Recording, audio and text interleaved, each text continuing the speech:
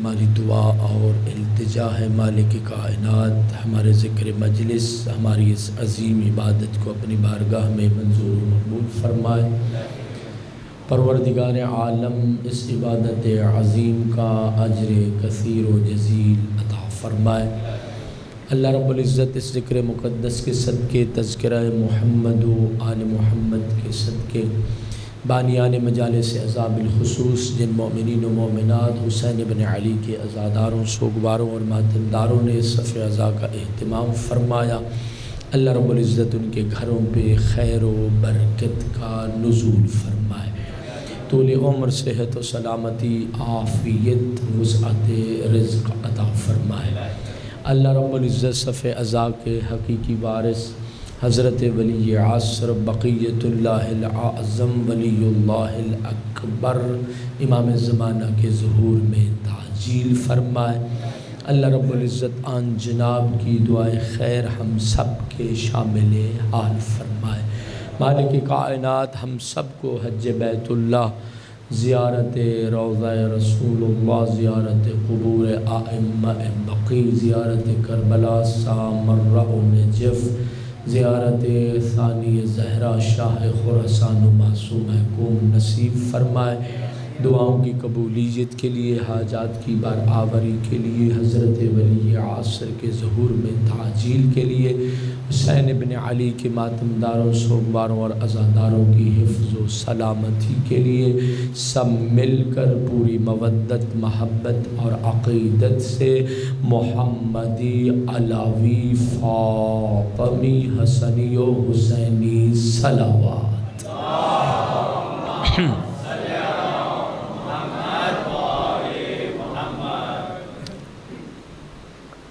اعوذ باللہ السمیع العلیم من الشیطان الرجیم، بسم اللہ الرحمن الرحیم،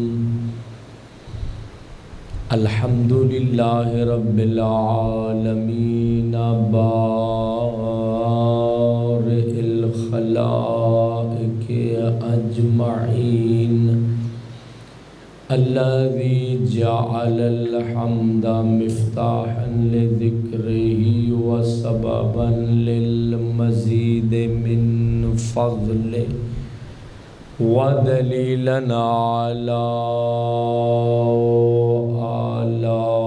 آلائه وعظمته، والصلاة والسلام على بشير رحمته ونذير نقمته، حافظ سره ومبلغ رسالاته،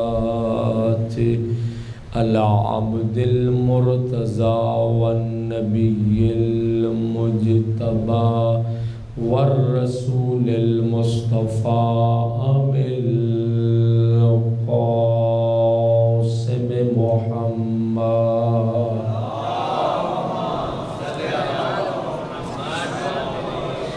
والصلاة والسلام على أهل بيته وعترته وخيرته الذين أذهب الله عنهم الرجس وطهرهم تطهيرا۔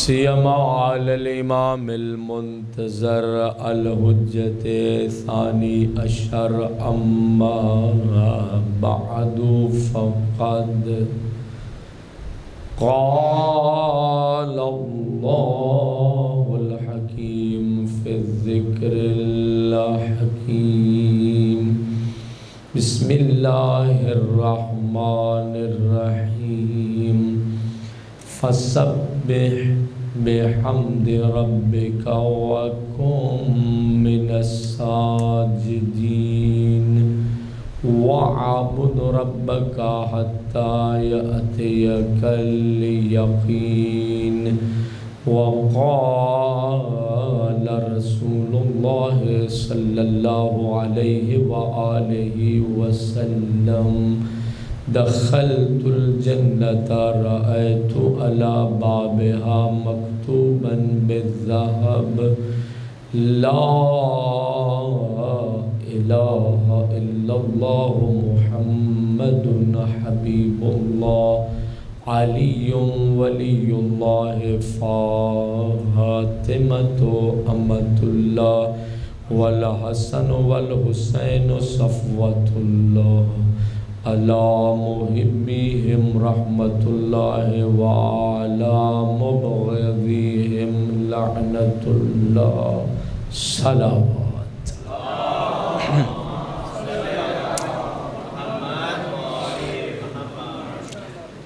سامعین محترم، حاضرین گرامی قدر، محبان محمد و آل محمد، شیعیان علی اور اولاد علی علیہم السلام، پرسداران، ماتمداران اور عزاداران مظلوم کربلا، غریب نینوا، ابا عبداللہ الحسین علیہ السلام، سید الرسل، نبی الانبیاء، امام المرسلین، طٰہٰ و یاسین، مزمل و مدثر، نور مجسم، پیکر رحمت، وجہ تخلیق کائنات نبی، اللہ کی بارگاہ سے خلق عظیم کی سند پا کر آنے والے نبی، بارگاہ رب العزت میں رب زدنی علما کی دعائیں مانگ مانگ کر خیرات علم پانے والے نبی، وہ مصطفیٰ جو سید الابرار بھی ہیں، نبی مختار بھی ہیں،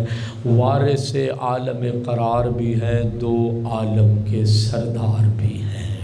توجہ فرمائے گا، گھبرا کے نہ بیٹھیے، جب آپ گھبرا جائیں گے تو میں مجبور ہو جاؤں گا کہ ممبر سے یا اتر جاؤں یا پھر پڑھنے کا کوئی اور انداز اپنا لوں، لیکن بہرحال توجہ فرمانا، وہ مصطفیٰ جو سید الابرار بھی ہیں، نبی مختار بھی ہیں، وارث عالم قرار بھی ہیں، دو عالم کے سردار بھی ہیں، وہ مصطفیٰ، کچھ لبوں کو ہلا لو، کوئی ایسی بات نہیں ہے، وہ مصطفیٰ جو اول شافع بھی ہیں، اول مشفع بھی ہیں، فخر موجودات بھی ہیں، حقیقت قرآن بھی ہیں۔ بڑا عظیم جملہ ہے شان رسالت کا، اور دلوں میں نورانیت کے لیے کہہ رہا ہوں، وہ مصطفیٰ جو اول خلق بھی ہیں، اول نور بھی ہیں۔ بہت بڑا جملہ ہے، اگر کل تک بھی مصلی عبادت پر بیٹھ کر دعا دیتے رہے تو حق ادا نہیں ہوتا۔ وہ مصطفیٰ جو اول خلق بھی ہیں، اول نور بھی ہیں۔ مصطفیٰ وہ نورانی قلم ہے جس کے ذریعے اللہ نے لوح کے سینے پر کلمہ توحید نقش فرمایا ہے، اور مصطفیٰ وہ لوح محفوظ ہیں جن پر اللہ نے پورا قرآن نازل فرمایا ہے۔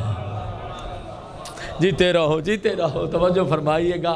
چلو آپ کی دعا کے لیے میں جملہ کہہ رہا ہوں، وہ مصطفیٰ جن کا نام توریت میں اوحید، زبور میں ماہی، انجیل جنہیں احمد کہتی ہے، قرآن جنہیں محمد کے نام سے یاد کرتا ہے۔ صلوات پڑھیں محمد و آل محمد پر۔ یہی عظمتوں والے مصطفیٰ، اپنی پاکیزہ سماعتوں کو میرے حوالے کرنا اور عبادت میں میرے ساتھ شریک رہنا۔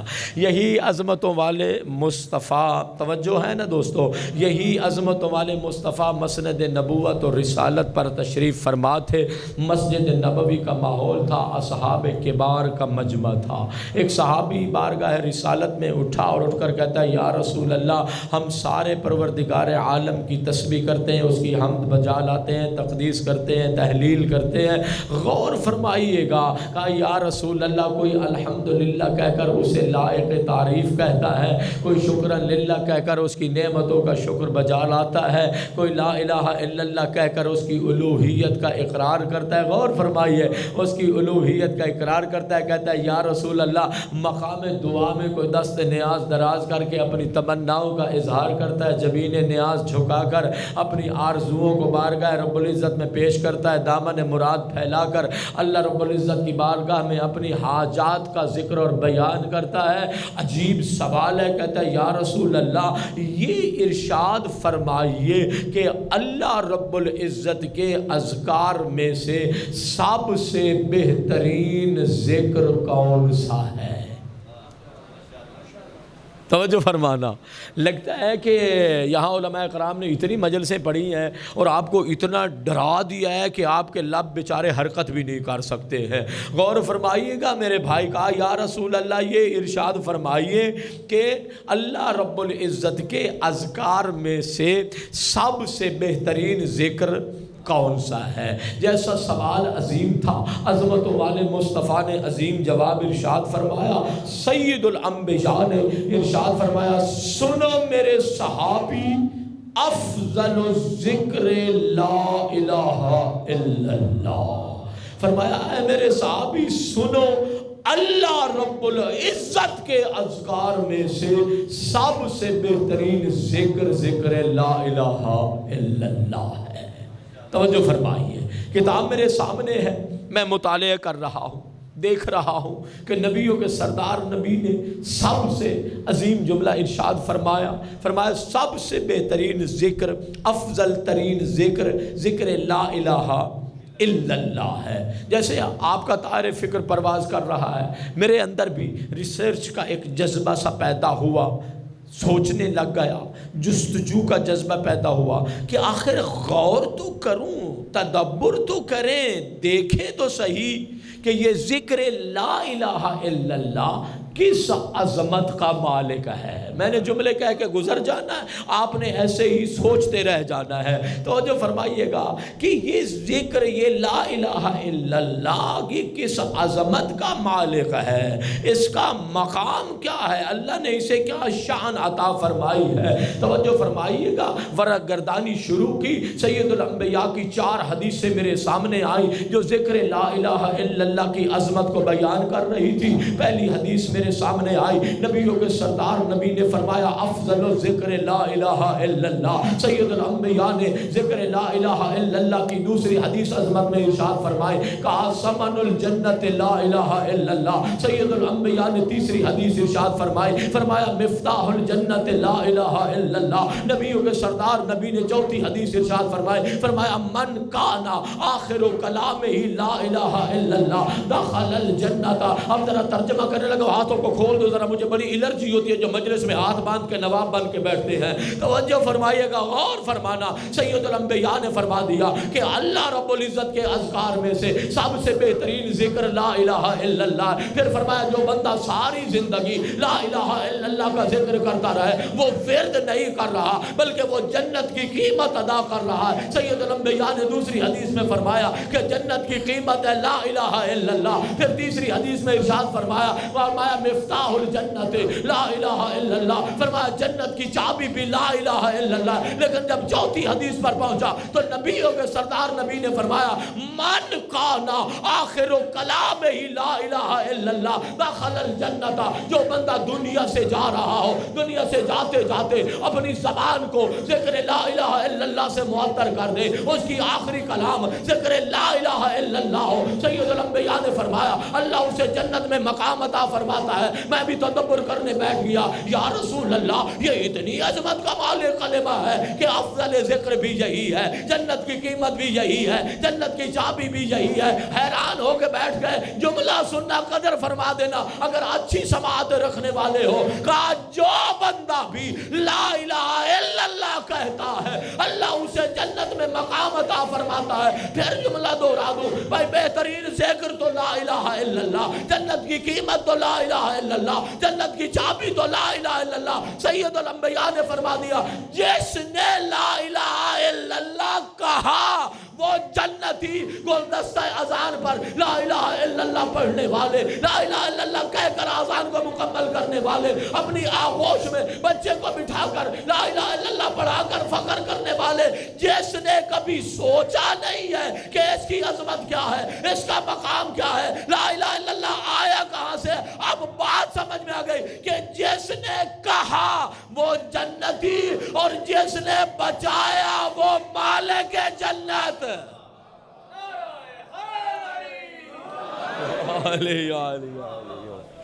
بے حد مشکور ہوں، بہت عمدہ یہ نفیس ترین موضوع ہے۔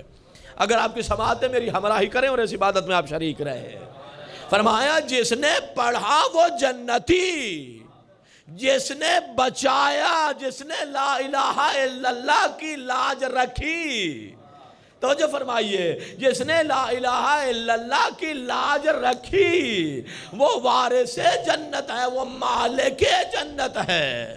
یہاں تک اگر آپ آ گئے میں بے حد مشکور ہوں۔ اب کچھ لبوں پہ مسکراہٹ آئی ہے، مجھے لگا ہے کہ توجہ فرمائیے کہ یہاں بھی ایک رمق جو ہے وہ سماعت کی پائی جاتی ہے۔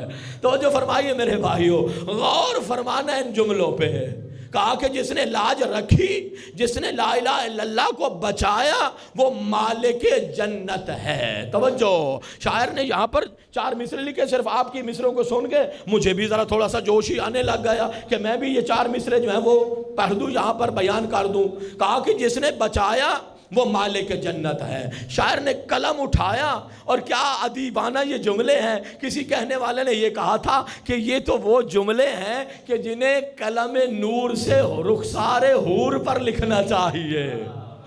تو جو فرمائیے گا، جنہیں قلم نور سے رخسار حور پر لکھنا چاہیے۔ کہا شاعر نے کہ نہ مانتے ہو تو اب مان لو مسلمانوں۔ تو جو فرمانا ذرا، نہ مانتے ہو تو اب مان لو مسلمانوں۔ چلو بدل دیتے ہیں، آج کے دور کی بات کر لیتے ہیں کہ نہ جانتے ہو تو اب جان لو مسلمانوں، نبی کے دین کی بقا کو حسین کہتے ہیں۔ کھول دو ہاتھوں کو، کچھ بھی نہیں ہوتا، غور فرمائیے گا۔ کہا نہ مانتے ہو تو اب مان لو مسلمانوں، نہ جانتے ہو تو اب جان لو مسلمانوں، نبی کے دین کی بقا کو حسین کہتے ہیں۔ خلاف بیعت باطل جو کربلا میں اٹھی، ہم اس نہیں کی صدا کو حسین کہتے ہیں۔ جو فرمایا آپ نے، سید الانبیاء فرما رہے ہیں کہ اللہ رب العزت کے اذکار میں سے سب سے بہترین ذکر لا الہ الا اللہ ہے۔ اب ذرا قرآن حکیم کی آیات میں لے کے چلتا ہوں، بہت اچھا مضمون ہے، سننے کے قابل ہے، توجہ فرمائیے گا۔ اب پروردگار عالم کی مشیت کیا ہے، ارادہ الہی اور مرضی پروردگار کیا ہے، قرآن کھولیے، پڑھنا شروع کر دیجئے، خود اسی ذکر کے بارے میں جتنی آیات ہیں ان کو سامنے رکھیے۔ جب میں نے ریسرچ کی، میں نے دیکھا قرآن حکیم کی آیات میں تو مشیت پروردگار یہ ہے کہ کثرت سے اس کا ذکر کیا جائے۔ مشیت پروردگار یہ ہے کہ مومن اٹھتے بیٹھتے چلتے پھرتے، حتیٰ قرآن تو عجیب انداز میں آواز دے رہا ہے۔ قرآن فرما رہا ہے کہ مومن تو وہ ہوتے ہیں حتیٰ بستر آرام پر پہلو بھی بدلیں تو اللہ کا ذکر کرتے ہیں۔ پیچھے رہ جانا، پھر اپنے مقدر کی بات کرنا، بعد میں بیٹھ کے سوچنا۔ توجہ فرمائیے گا، چل لے تو بھی ذکر الہی، بیٹھے تو بھی ذکر پروردگار، غور فرما رہے ہو۔ اور پھر اللہ فرما رہا ہے فاذکرونی اذکرکم، تو مجھے یاد کرو میں تمہیں یاد کروں گا۔ اسی کے ذیل میں واشکرولی ولا تکفرون آیت مکمل کر دوں، میرا شکر کرو اور کفران نعمت نہ کرو۔ پھر قرآن اور خطاب کر رہا ہے، غور فرمائیے گا، قرآن ایک اور انداز میں خطاب کر رہا ہے۔ کہا انما المؤمنون الذین اذا ذکر اللہ وجلت قلوبہم واذا تلیت علیہم آیاتہ زادتہم ایمانا۔ یہ قرآن پیغام دے رہا ہے، کہیں بلایا یا ایھا الذین آمنوا اذکروا اللہ ذکرا کثیرا، کہاں پر یہ کہہ دیا اے صاحبان ایمان کثرت سے اللہ کا ذکر کرو، وسبحوہ بکرۃ واصیلا، اور صبح و شام اسی ذات کی تسبیح کرو۔ ہمراہی تو فرما رہے ہو نا۔ پھر قرآن نے جب مومن کا چہرہ بیان فرمایا، اب میں بھی بڑا دعوے دار ہوں کہ میں بہت بڑا صاحب ایمان ہوں، غور فرمائیے گا، میں بھی بڑا دعویٰ دار ہوں کہ بڑا مومن ہے، کبھی اپنے چہرہ ایمان کو آئینہ میں دیکھا ہے؟ اب کہیں گے مولانا آئینے میں کیسے پتہ چلے گا کہ میرا چہرہ صاحبان ایمان والا ہے یا نہیں؟ میں اس دنیا کے مرر اور آئینہ کی بات نہیں کر رہا. توجہ فرمائیے، ایمان کا چہرہ دیکھنے کے لیے آئینہ قرآن ہے. آئینہ قرآن میں دیکھیے کہ میں صاحب ایمان ہوں یا میں نہیں ہوں. توجہ فرمائیے گا، آئینہ قرآن تمہیں بتائے گا کہ تم کس معیار پر ہو اور ایمان کے کس درجے پر ہو. اس لیے دعوت آ گئی، کثرت سے میرا ذکر کرو. توجہ فرمانا، مجھے یاد کرو میں تمہیں یاد کروں گا، میرا شکر کرو، کفران نعمت نہ کرو. ہمراہی تو فرما رہے ہیں نا احباب. پھر قرآن کیا فرما رہا ہے؟ قرآن مومن کی علامتوں کا بیان فرما رہا ہے. کہا انما المومنون، بس اور بس مومن صرف وہ لوگ ہیں کہ جب ان کے سامنے اللہ کا ذکر کیا جائے تو عظمت پروردگار کے سامنے ان کے دل ڈر جاتے ہیں. یہ خوف کسی اور وجہ سے نہیں ہے، یہ عظمت پروردگار کی وجہ سے ہے. غور فرمائیے گا، یہ عظمت پروردگار کی وجہ سے ہے. پھر فرمایا، غور فرمانا، پھر کیا فرما دیا؟ پھر فرمایا وَإِذَا تُلِيَتْ عَلَيْهِمْ آيَاتُهُ زَادَتْهُمْ ایمانا. اور جب اس کی اللہ کی آیات ان کے سامنے تلاوت کی جائیں تو ان کے ایمان میں اضافہ ہو جاتا ہے. وَعَلَىٰ رَبِّهِمْ يَتَوَكَّلُونَ، یہی وہ لوگ ہیں جو اپنے رب پر بھروسہ کرنے والے ہیں. اب اگر یہاں تک آپ آ گئے، میں علمی سی بحث کرنے لگا ہوں، ظاہر ہے یہ ماحول عام مجلسوں سے فرق کر رہا ہے. توجہ فرمائیے گا، یعنی دعوت الہی یا سجدہ یا ذکر یا تسبیح، یہ دعوت الہی ہے. اب میرے سامنے دو قسم کے لوگ ہیں، بڑی عظیم گفتگو کرنے لگا ہوں. دو قسم کے لوگ ہیں. کچھ تو وہ کہ جنہوں نے دعوت الہی پر لبیک کہی، پروردگار عالم ذکر چاہتا ہے، یہ زبان تیرے ذکر کے لیے ہے. غور فرمانا، پروردگار عالم سجدے کی دعوت دی، یا ایھا الناس اعبدوا ربکم الذی خلقکم، میرے مالک جبین نیاز تیری بارگاہ میں جھکا دی. توجہ فرمانا، پروردگار عالم نے تسبیح کی دعوت دی، کہا میرے مالک زبان پر ہر وقت تیری تسبیح جاری رہتی ہے. یعنی کچھ لوگ وہ ہیں کہ جو اللہ کی دعوت پر لبیک کہتے ہیں، ذکر الہی میں، تسبیح پروردگار میں، سجدہ پروردگار میں مصروف رہتے ہیں. اب اللہ نے انہیں انعام عطا فرمائے ہیں بہت زیادہ، الا ماشاءاللہ، لیکن میں دو باتوں کا تذکرہ کر رہا ہوں. پہلا انعام اللہ یہ عطا فرماتا ہے کہ جو بندہ ذکر الہی میں مصروف رہتا ہے، مالک پہلا انعام اسے عطا فرماتا ہے، اللہ اس کی زندگی کو پاکیزہ بنا دیتا ہے. اللہ اسے حیات طیبہ پاکیزہ زندگی عطا کرتا ہے. اب بہت بڑی منزل کی طرف بڑھنے لگا ہوں. میرے مالک تیرا ذکر کیا، پروردگار عالم تیری تسبیح کی، جبین نیاز جھکائی تو تیری بارگاہ میں جھکائی. میرے اللہ اور کیا انعام دے گا؟ مالک فرما رہا ہے جو بندہ میرے ذکر میں مصروف رہتا ہے، اللہ دوسرا انعام دیتا ہے، اللہ اس کے قلب کو اپنی محبت کا مرکز بنا دیتا ہے. اور پھر جملہ سنیے، جس کا قلب ذکر الہی اور تسبیح پروردگار کا مرکز ہو جائے، محبت پروردگار کا مرکز ہو جائے، پھر سادہ سی بات ہے، نتیجہ اچھا لینا، پھر پرواہ نہیں رہتی ہے. یہ کون ہے؟ یہ ذکر الہی سے محبت کرتا ہے، یہ تسبیح پروردگار کو دوست رکھتا ہے. جملے سننا، کون ہے؟ جناب خلیل الرحمن ہے، فلسطین کی وادی ہے، اپنی بکریاں چرا رہے ہیں. جو سمجھو بزرگوں سے سن کے سنا رہا ہوں، اپنی بکریاں چرا رہے ہیں. کیا دیکھا؟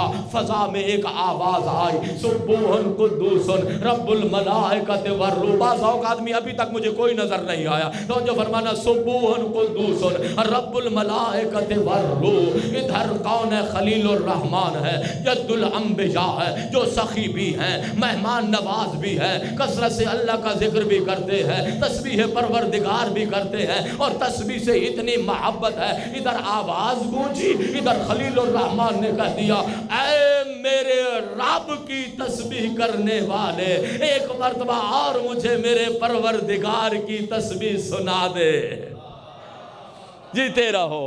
کہا اے میرے رب کی تسبیح کرنے والے، ایک مرتبہ اور میرے پروردگار کی تسبیح سنا دے۔ تسبیح سنانے والے نے سبوحن قدوسن رب الملائکۃ والروح کی تسبیح سنائی۔ ادھر تڑپ اور بڑھنے لگی، پیاس اور بڑھ گئی۔ پھر آواز دے کر کہا میرے رب کی تسبیح کرنے والے، وَسَبِّحُوهُ بُكْرَةً وَأَصِيلًا، میرے رب کی تسبیح کرنے والے، ایک مرتبہ اور تسبیح سنا دے۔ اب ادھر سے بھی ٹون بدل گئی، کہا کچھ دو گے تو تسبیح سناؤں گا۔ توجہ فرمائی آپ نے، یہاں تک آ گئے۔ کہا کچھ اجر ملے گا تو تسبیح سناؤں گا۔ کہا یہ بکریاں ہیں نا، نصف لے جاؤ۔ توجہ آپ کی ہوئی، اللہ کی تسبیح سنا دو۔ نصف دے دی، آدھی بکریاں جب دے دی، کہا تسبیح سناؤ۔ تسبیح سنی، تڑپ اور بڑھنے لگی، کہا اور سناؤ، باقی آدھی بھی دے دی۔ توجہ فرمانا، یہ متاع دنیا ہے جس کو ذکر اور تسبیح الہی کے سننے پر قربان کیا جا رہا ہے۔ توجہ فرمائیے گا، جسے تسبیح پروردگار کے سننے پر قربان کیا جا رہا ہے۔ طرف اور بڑھی، کہا ایک مرتبہ اور مجھے میرے رب کی تسبیح سنا دو۔ کہا مال تو رہا نہیں ہے، کہا ہاں ایک اور متاع بھی ہے جسے متاع حیات کہتے ہیں۔ کہا مجھے اپنی غلامی میں لے لو مگر میرے رب کی تسبیح سنا دو۔ اللہ اکبر، صلوات پڑھے محمد و آل محمد پر۔ انعام کی بات ہو رہی ہے نا، توجہ فرمائیے گا۔ جس نے لبیک کہی اسے انعام دیا کہ اس کے قلب کو اپنی محبت کا مرکز بنا دیا۔ کہا اپنے آپ کو بھی متاع حیات یعنی مال دنیا کو ہم عربی میں کیا کہتے ہیں، متاع دنیا، اسے بھی قربان کر دیا۔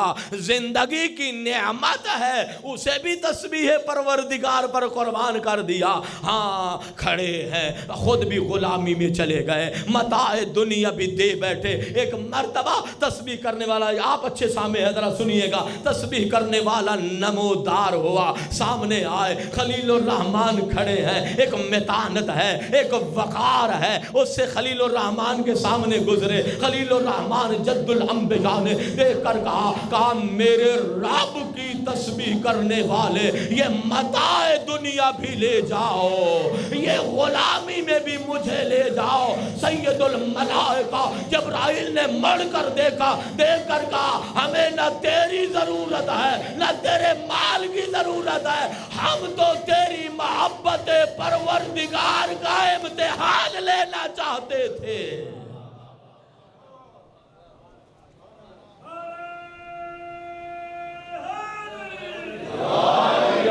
یا علی، تو اللہ کیا انعام دیتا ہے؟ زندگی کو پاکیزہ بنا دیتا ہے، اور پھر پروردگار عالم اس کے قلب کو اپنی محبت کا مرکز بنا دیتا ہے، اس کا قلب حرم الہی بن جاتا ہے۔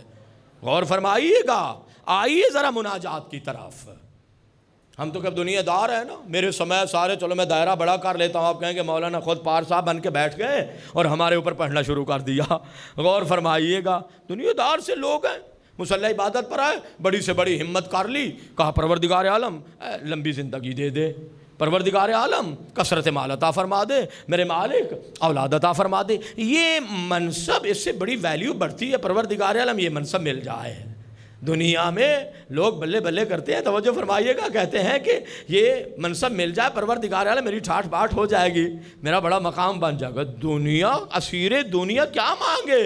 یہی تو مانگے گا۔ یعنی اپنے ذہن میں ہم نے سمجھا کہ عظیم نعمت صرف مال ہے، ہم نے سمجھا کہ عظیم نعمت صرف کثرت اولاد ہے، ہم سمجھ بیٹھے کہ اللہ کی نعمتوں میں سے عظیم نعمت، توجہ فرمائیے گا، صرف منصب ہے۔ کون ہے؟ علی زین العابدین ہے، سید الساجدین ہے، ذو الصافنات امام ہے، آدم آل محمد ہے، نوح آل بیت ہے۔ توجہ فرمائیے گا، دعاؤں کی شکل میں انجیل آل محمد دینے والے ہیں، زبور اہل بیت پیش کرنے والے ہیں۔ دعا سننا، زبور اہل بیت پیش کرنے والے ہیں۔ صاحب الجراب ہیں، جیم را اور الف اور با، صاحب الجراب ہیں۔ توجہ فرمائیے گا، مقام مقام مناجات ہے۔ کھول لینا مفاتیح الجنان کی، میں کوئی بڑے کارنامے نہیں کر رہا، صرف آپ کو تذکر دے رہا ہوں، متوجہ کر رہا ہوں۔ کہاں مقام مناجات میں زین العابدین ہے، کہا الہی من اعظم النعم علینا جریان ذکر کا علی السنتنا واذن کا بدعائے کا وتنزیہ کا وتسبیح کا۔ مناجات کرنے والے زین العابدین ہے، مناجات پروردگار کی ہے، ذکر کی عظمت کو بیان کر رہے ہیں۔ کہا میرے اللہ، یہی جو تیرا ذکر زین العابدین کی یا ہماری زبانوں پر جاری ہوتا ہے، میرے مالک یہی ذکر کا جاری ہونا ہی تیری عظیم نعمتوں میں سے ہے۔ ہم تو عظیم نعمت صلوات اللہ، ہم تو کسی اور چیز کو سمجھ بیٹھے کہ یہ عظیم نعمت ہے۔ زین العابدین مقام التجا میں کہہ رہے ہیں، میرے مالک یہی جو ہماری زبانوں پر تیرا ذکر آتا ہے، میرے مالک یہی تیری عظیم نعمتوں میں سے ہے۔ میری ہمراہی فرما رہے ہو نا، گھبرا تو نہیں گئے؟ کیا یہی تیری عظیم نعمتوں میں سے ہے؟ اور پھر جو بعد والا جملہ ہے نا، توجہ فرمائیے گا، کیا عظیم جملہ ہے۔ ذرا آپ اپنے وجود کی طرف دیکھیے، دیکھنا ذرا اپنی طرف، غور فرماؤ، اپنی طرف ذرا دیکھنا، ادھر کیا ہے؟ عبودیت ہے، خشوع ہے، خضوع ہے، اللہ کی بارگاہ سے اپنی تمناؤں کا مانگنا ہے، دعاؤں اور التجاؤں کا پیش کرنا ہے، عاجزی ہے، خدا کرے ہو، عاجزی ہے، انکساری ہے۔ پھر ادھر کیا ہے؟ ذرا طائر فکر کو پرواز میں لے آئیے، ادھر کیا ہے؟ جلالت ہے، جبروت ہے، علو مقام ہے، مجد ہے، کبریائی ہے، اور کہاں؟ ادھر کون ہے؟ عبد ذلیل ہے، ادھر کون ہے؟ رب جلیل ہے۔ اسی بات کی تو معرفت ہے کہ زین العابدین نے دوسرا جملہ کہہ دیا، وَإِذْنُكَ بِدُعَائِكَ وَتَنزِيهِكَ وَتَسْبِيحِكَ۔ میرے مالک، اس سے بڑی بھی اور کوئی نعمت ہو سکتی ہے کہ تو نے مقام کبریائی میں ہمیں اجازت دی ہے کہ ہم تیری بارگاہ میں بیٹھ کر اپنی تمناؤں کا اظہار کر سکیں۔ کہاں وہ رب جلیل اور کہاں یہ عبد ذلیل۔ میرے مالک، تیری عظیم نعمتوں میں سے ہے کہ تو نے اپنی بارگاہ میں ہمیں لب کھولنے کی، اپنی تمناؤں کے اظہار کرنے کی اجازت دی ہے۔ تو کچھ لوگ وہ جنہوں نے دعوت الہی پر لبیک کہی، سمجھ گئے بات کو؟ کچھ لوگ وہ ہیں جو غافل ہیں، ان کا قلب خاشع نہیں ہے، غفلت میں، خشیت الہی اور معرفت کے میدان میں بہت پیچھے رہ گئے۔ میرے آقا صادق آل محمد سے کسی نے سوال کیا، یا ابن رسول اللہ، مجھے کیسے پتا چلے کہ میں مقام خشوع میں ہوں یا نہیں ہوں؟ انسان خاشع و خاضع، مجھے کیسے پتا چلے کہ میں خاشع ہوں یا نہیں ہوں؟ یعنی پیکر عاجزی و انکساری ہوں یا نہیں ہوں؟ میرے مولا نے عظیم حدیث ارشاد فرمایا اما علامت الخاشع اربعۃ، فرمایا اگر یہ جاننا چاہو کہ اس کے دل میں عظمت پروردگار پائی جاتی ہے، خاشع وہی ہوتا نا کہ جس کے قلب میں عظمت الہی کا احساس ہو، اس کی عظمت کو جانتا ہو، وہی خاشع ہوتا ہے نا۔ غور فرمائیے گا، وہی خاشع ہے۔ امام نے فرمایا 4 اس کی علامتیں ہیں، رہنمائی فرما دی، کہا بتا دیتے ہیں۔ پہلی علامت بتائی، توجہ فرمانا، پہلی علامت بتائی، فرمایا رکوب الجمیل، فرمایا انسان خاشع وہ ہوتا ہے جو ہمیشہ خیر، نیکی اور بھلائی کے پیچھے پیچھے رہتا ہے۔ توجہ فرمائی آپ نے۔ دوسری علامت کیا ہے؟ مراقبۃ اللہ فی السر والعلانیہ، چاہے وہ جلوت میں ہو یا اپنی خلوتوں میں ہو۔ ممکن ہے میں بھی 8-10 میٹر کا امامہ رکھ کے آپ کے سامنے بیٹھ کے بڑا ڈھیلا ڈھالا سا منہ بنا کے اپنے آپ کو پارسا پیش کر دوں، لیکن یہ نہیں دیکھنا یہ ہے کہ یہ اپنی تنہائیوں میں اللہ کی عظمت کا خیال رکھتا ہے یا نہیں رکھتا۔ 4 آدمیوں کے سامنے تو میں بھی تسبیح بھی ہاتھ میں لے لوں گا، توجہ فرمائے گا، بار بار محراب پہ ہاتھ پھیر کے لوگوں کو بتاؤں گا کہ میں بڑا سجدہ گزار ہوں، بڑا عبادت گزار ہوں۔ توجہ فرمائیے گا، فرمایا معیار مراقبۃ اللہ فی السر والعلانیہ، سمجھنا یہ ہے کہ یہ اپنی خلوتوں میں کیسا ہے، خوف خدا ہے یا نہیں ہے، اس کی عظمت کا احساس ہے یا نہیں ہے۔ قبلہ جو صاحب دل بیٹھے ہو، چوتھی علامت پر، تیسری پڑھ رہا ہوں، پھر میرے آقا نے فرمایا المناجات للہ، فرمایا قلب خاشع، اور انسان خاشع کی تیسری علامت یہ ہے، توجہ فرما رہے ہو نا، کہا کہ وہ اللہ سے راز و نیاز کرتا ہے، وہ مناجات کرتا ہے۔ اور پھر میرے آقا صادق آل محمد نے یہ فرمایا وَالتَّفَقُّرُ فِي يَوْمِ الْقِيَامَةِ، فرمایا چوتھی علامت یہ ہے کہ وہ قیامت کی فکر میں رہتا ہے، میں نے دنیا سے جانا ہے، بارگاہ رب العزت میں پیش ہونا ہے، ایک مقام قبر بھی ہے، ایک مقام برزخ بھی ہے، میرا نشور بھی ہوگا، میرا حشر بھی ہوگا، میں پل صراط سے بھی گزروں گا، میں مقام حساب پر بھی آؤں گا۔ فرمایا التفکر فی یوم القیامت، فرمایا قلب خاشع وہ ہوتا ہے جو یوم قیامت اور روز قیامت کے بارے میں فکر کرتا ہے۔